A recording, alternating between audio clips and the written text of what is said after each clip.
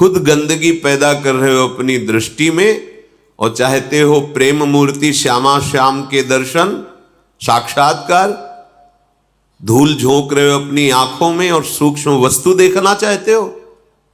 सावधान, स्त्री मात्रे मात्र बुद्धि है।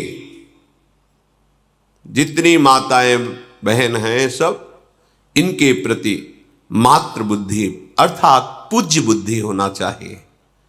कई बार सत्संग में कहा है कि वो बहुत ही आसुरी स्वभाव वाला राक्षस होगा जो अपनी माता बहन बेटी के प्रति गंदी दृष्टि रखे।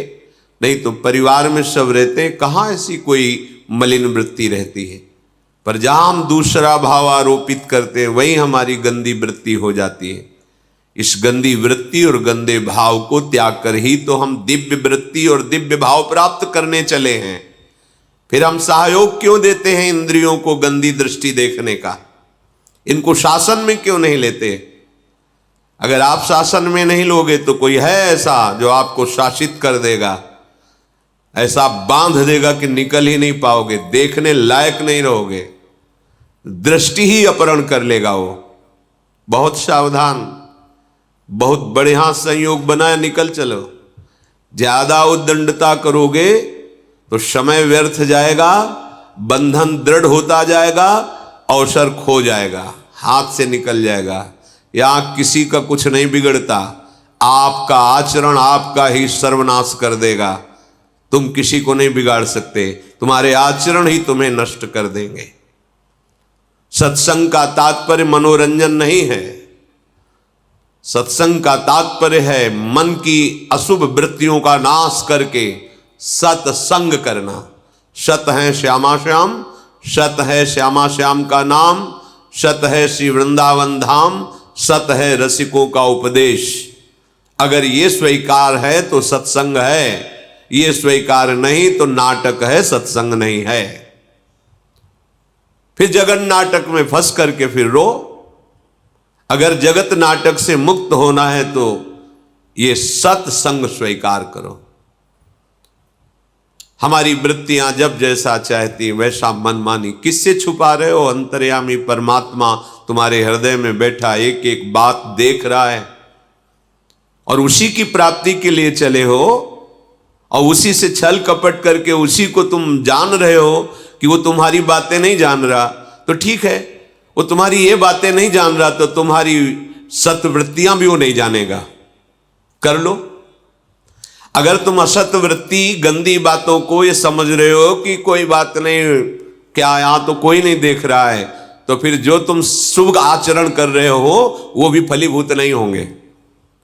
फिर पुकारोगे कि अरे हमने क्या बिगाड़ा, भगवान का ऐसा कर दिया, क्योंकि तुमने मान लिया ना, ये यथा माम प्रपद्यन्ते तास तथैव भजाम्य हम। वो नहीं देख रहा है तो वो कुछ नहीं देख रहा है, तुम जैसा मानोगे वैसा ही दिखाई देगा, पर तुम्हारा कर्म तुम्हें नहीं बख्शेगा। स्त्री मात्र में पूज्य भाव, बच जाओगे। किसी का तुम कुछ नहीं बिगाड़ सकते, तुम अपना सर्वनाश करोगे। तुम्हारा हृदय गंदा हो जाएगा, तुम्हारा हृदय तुम्हें जलाएगा, हृदय तुम्हें ऐसी प्रेरणा करेगा कि फंस जाओगे, ऐसी जगह फंस जाओगे जहां कोई नहीं निकाल सकता, क्योंकि जो निकालने वाला था उसने अवसर दिया, निकालने की चेष्टा की, पर आप फिर फिसल कर वहीं खड़े हो गए। वृंदावन में क्या संपूर्ण चराचर जगत ये उपास्य देव ही बने हुए हैं। ऐसी बुद्धि अपने हृदय में धारण करो। सर्वान वस्तुतया निरीक्ष्य परम स्वाराध्य बुद्धिर्मम। मेरी बुद्धि में ये दृढ़ निश्चय हो जाए कि मेरे आराध्य देव प्रभु ही सब रूपों में विराजमान है, चाहे वो जड़ हो चाहे चैतन्य हो, यही साधना का फल है। जड़ चेतन जग जीव जत सकल राम मैं जानी, बंदों सबके पद कमल सदा जोर जुग पानी। यह है वैष्णव का स्वरूप, यह है उपासक का स्वरूप। कहीं भी कोई रागात्मक या द्वेषात्मक वृत्ति नहीं, असंगोहम उदासीन स्थिति। समझ में नहीं आता। बनते हैं परमार्थ के सुभट और इंद्रियों की गुलामी बर्दाश्त करते हैं, मन की गुलामी बर्दाश्त करते हैं। जो इंद्रिय और मन का गुलाम है वो भगवदानंद क्या होता है केवल बातें बनाने से नहीं मिल जाता। अध्यात्म क्या होता है समझ नहीं पाओगे। बहुत सावधान। संपूर्ण चर अचर में भगवत बुद्धि। जब उपासक पर कृपा होती है, निरंतर नाम जप, मंत्र जप, वाणी गायन, एकांत सेवन, अपने आराध्य देव की सेवा में तन्मयता, तो झलकने लगते हैं कृपा करके युगल सरकार। फिर तो जैसे सावन में कोई अंधा हो जाए तो सावन का जो प्रकृति का स्वरूप हरा भरा, उसको 12 महीना हरा भरा नजर आता, क्योंकि नजर ही नहीं रह गई। हरे भरे को देखकर अंधा हो गया, अब उसको जीवन भर हरा भरा ही समझ में आएगा। ऐसे ही जड़ चैतन्य कछु नहीं दीखत, जित दीखत तित श्याम खड़े। बिहुल बिकल संभार न तन की, घूमत नयना रूप भरे। करनी अकरनी दो विधि भूले, विधि निषेध सब रहे धरे। नरहरिदास ते भय बावरे, जे यह प्रेम प्रवाह परे। ऐसे महासुख के लिए तुम्हें चयन किया है प्रभु ने, अवसर दिया है प्रभु ने, चूको मत। संपूर्ण माताओं बहनों में पूज्य बुद्धि, चरणों के दर्शन से ही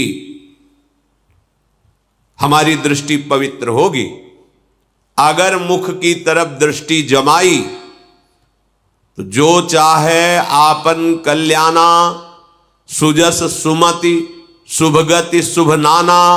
सो पर नारी लीलार गोसाई, तजौ चौथ के चंद किनाई। अगर माताओं बहनों की तरफ गंदी दृष्टि से देखोगे तो मति गति ऐश्वर्य वैभव सब नष्ट हो जाएगा।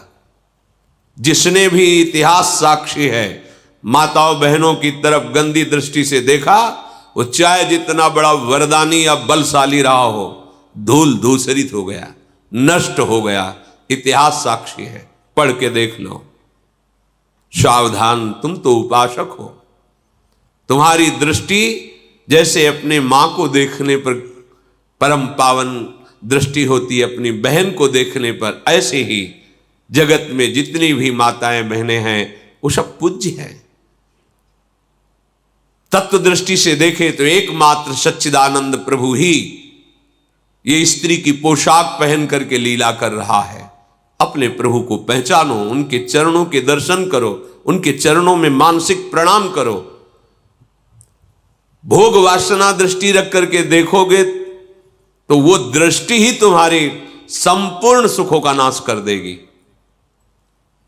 ध्यान से समझ लीजिए, वो दृष्टि ही तुम्हें और किसी के नाश करने की जरूरत नहीं, वो खुद तुम्हें नाश कर देगी। तुम्हारे सुख की, शांति की, पवित्रता की, पुण्यों की होली लग जाएगी। बहुत सावधान। ये जीवन एक एक कदम सावधानी से चलने के लिए मिला है।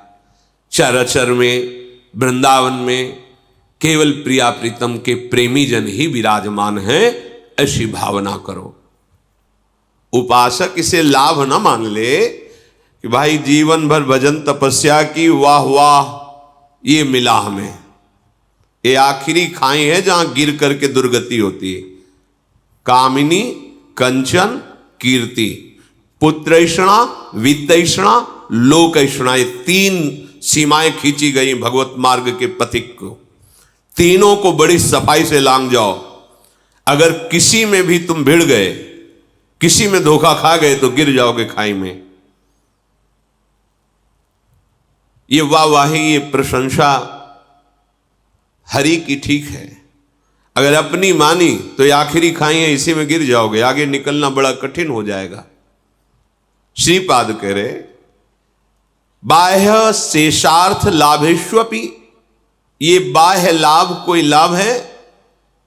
नाना प्रकार की सुख भोग सामग्री मिल जाना, प्रशंसा मिल जाना, प्रणाम नमस्कार या अन्य अन्य, ये कोई लाभ है? अभी प्राण निकलेंगे, चले जाओगे, कौन पूछेगा? जब भगवान का अवतार हुआ, उनके नाम गुण नहीं गा रहे तो तुम्हारे नाम गुण गाए जाएंगे।